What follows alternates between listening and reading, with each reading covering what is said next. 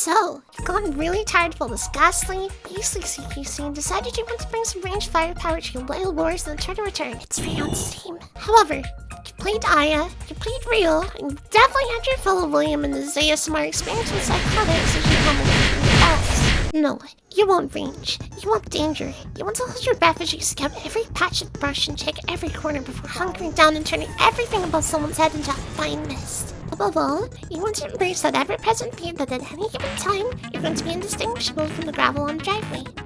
Then it clicks. You want to play Katja above all else. Her blessed, weird little girl with her friendly drone. Now all you have to do is learn the hits. That's why I, your eldritch knight living run for your dreams, have been crushing into a deep sleep from which he can indulge in ahead in time all he wants, while I teach your cute little self how to edit responsibly.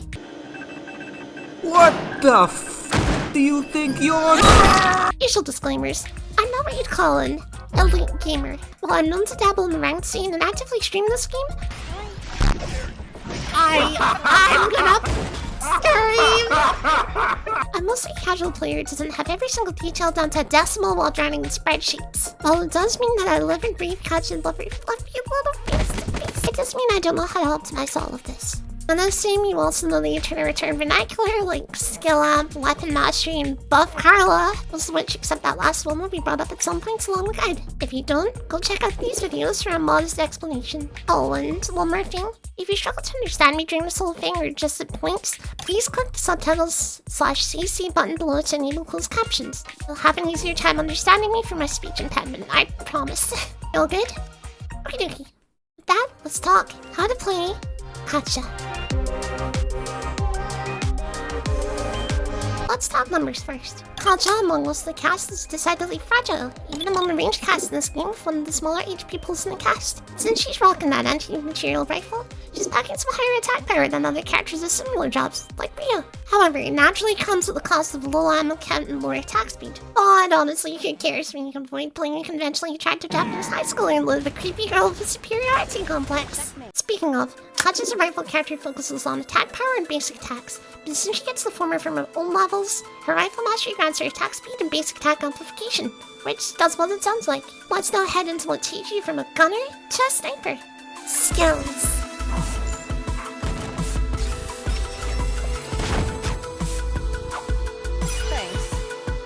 Luckily from her whole look, the little drone and all the tech, you'd assume Katja would be complicated. She's actually easier than you first guessed, with a couple of asterisks. We're going to go over her passive first, since this ties into her other stuff and is pretty simple. Split into two parts, Ashen Reaper reloads Katja's ammo when she uses Sharpshooter or off limits, and makes the next shuttle shiny. Her more would sound really chunky. Second half, bonus. Lets Katja claim a small bounty from any test subject she took part in transforming into a corpse. That's not a huge amount, it helps line your pockets early on and saves your teammates having to empty their banks. Try to keep your feathers lined in gold. Katja's Q, Sharpshooter, fires a bullet after a short delay, hitting the first target immediately. The further it travels, the more damage it does. And if she hits a target, Katja gets a nice little attack speed buff for a few seconds. This is your bread and butter, so get used to seeing it more than your own family. See this little guy? Your W key commands your drone to your side, sending in a dart that pulses outward, giving you vision of the area you pointed to for a few seconds. Anything in there when the dart lands, Admiral or Terrified's rapscallion becomes revealed for a short time. Something super cool about this skill is that it'll also reveal invisible traps and reduce the HP of them and any cameras to 1, allowing them to be easily dispatched with a single bullet. This is what you do with anyone playing GoldenEye and trying to slap prox mines in every bush and on every chicken in sight. Katja's skulls share the theme of dear God, every moment is a blessing and I don't want to be here if you're being turned into nuggets. So as part of the skull, by clicking on security consoles, you can have your drone float over and activate on your behalf while you do other things, as long as you stay fairly close by. As you can imagine, this lets you embrace your inner pigment and command your little dude to grab cameras for your team instead of spending the better part of your life waiting for your character to what I imagine looks like your average Final Fantasy 14 player's UI. Off limits is your one and only escape tool. Thankfully, it's pretty cool and fun to use. Katja blasts the area in front of her, launching herself backwards with the rifle's recoil, damaging everything in front of her. If this hits anything, you're slowed and Katja speeds herself up for a swift retreat.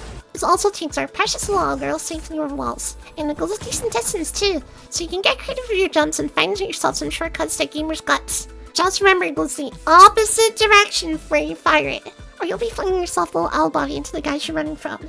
Katja's weapon skill is a sniper rifle weapon skill, ballistic advantage. You become stationary and gain narrow range in this large conical area. You can then aim 3 shots at any time within a sizable time period. The first 2 slow the first target hit, granting vision of them for a little while. The third is a special bullet that instead deals more damage to lower health targets. This is super helpful at the end of fights to pick off stragglers. Scout out potential targets for your team, or just fire off shots blindly into the fog because the paranoia is either setting in, or you're trying to do your best impression at the end. In the Blitz, Katja's ultimate, which you can use from a very uncomfy distance away, uses her drone to scan in the trapezoid-shaped location. Once it finds at least 1 test subject, up to 3, Katja will post up for a bit and fire a powerful shot at each target. Every bullet that comes after the first grows in power, the third being this really cool-looking bullet that will ventilate even the biggest skull. Each of the shots target the enemy's locked onto in sequence from the closest to furthest. It can also be blocked by their allies or other enemies. This can result in some absolutely rancid damage when an altruistic soul bites off a little more than they can chew. If you miss the skull, you'll just reveal the area and reduce the cooldown. And we'll go more into this skull later, because... Oh, help! So yeah, that's everything. Katja's fairly simple, but she has a lot of nuance and quirks to her skills that we'll go into later. But for now, that's all her skills, roughly explained. Fool! I'm joking! No! Not even close, baby! Target acquired. Nah, I'm with my... Get your ass back here! You picked the wrong house, fool! Hey, hey! Terminator. Right, so you have a general idea of what a creepy little girl can do. So let's go over how to use all this and handle her out on the island. First up, here's a Lovat screen. And probably super unsurprisingly, Katja focuses a lot on crit. It doesn't have much variation in builds for most things, since crit is and always will be a very big source of pain. A good amount of these items are usually interchangeable, and most of the variation comes when one of the stats is synergized with her really well. Armor penetration, turning into potentially one of ER's more unorthodox range attackers. Holy fuck, did you see that damage? Your immediate vibes are probably, oh, I'm just a regular little clicker character. Shoot, point, shoot, and don't worry about ammo problems as much since your key reloads the gun every time you launch it. However, once you're out there, all alone in your fluffy little owl self, you're gonna realize this immediately. You are this. Katja does plenty of damage from an incredible range, but the second someone comes close enough to see your legs shake and catch the smell of your breakfast on your breath, well, you won't sure about your legs shaking anymore, because it'll be removed from your body. You want to be hanging out way in the backlines, taking pot shots of key while the fight simmers a little, getting the occasional cheeky chunky shot with your passive. And once everyone's done hopping around, you get to shuffle in a little bit and start... Spoiler, we're stressing it early into the fight. Don't worry about getting too deep in, because I promise you, those guys over there, they're trying to bring the fight to you. On that subject, make sure you're always using a little drone friend to safely activate surveillance cameras for you. It's a pretty risky way to secure some vision to give you an extra security blanket during fights, and while walking around or doing objectives, since you don't have to stand around waiting for your character to do it themselves. Katja has technology on her side. Doesn't hurt to line your pockets a little bit too. Bad credits go a long way. Try to also keep your eyes out for the after fight lull, by the way. It's the perfect time for you to be checking for bodies you assist in killing, cleaning those bounties, and racking up the cash. If that's not incentive enough for you piling the corpses, I don't know what is. With that said, let's get most of the hard bits about Katja out of the way and all the things you're gonna struggle with, because, I got the... there's a couple. Here's the big one we alluded to earlier. This skull? Yeah, the big fancy one that every character really likes to use. It's called a Blitz, but it should actually be called Summon Assassin. You run into this lava learning Katja and maybe even spotting out Owl in the wild doing this too. Oh look, there's one right there. Oh, Katja ulted. This skill can and will get you killed more often than not. Once you scan even just one target, you're rooted to the spot while Katja takes her shots. And all you can do is stare with those big ol' eyes when you're systematically disassembled like an abandoned bowl of nachos at a frat party. The best use for this skill is often just checking British messages this way.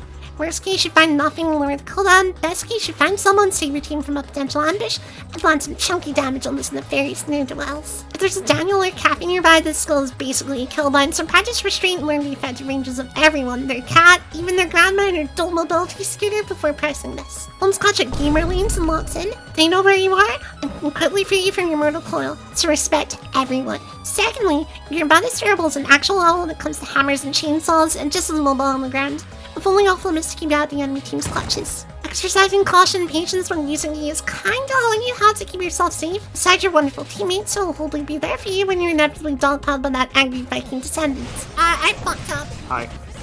Thank you. However, This isn't to say you just have to keep your hand on the swivel and stand in another postcode while you wait for someone to make a move. You can be proactive.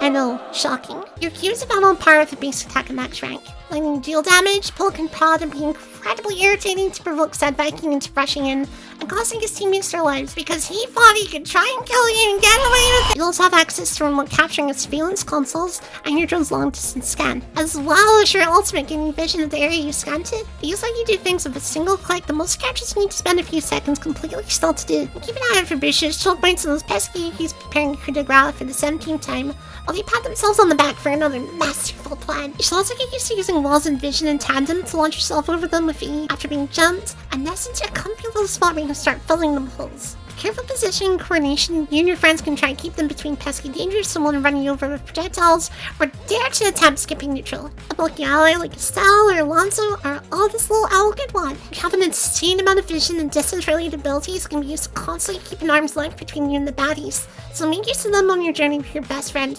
Oh! That's an anti-tank rifle! Before I round it all out, I want to talk about one tiny advanced trick you can use to, let's be honest, absolutely cheat your way out of interactions that should result in your certain death. When you use off limits, just before you launch backwards, if your car controls are rendered immobile, the jump will still go free and you'll be completely fine, able to use your speed boost to scramble away, flipping the bird the whole way home.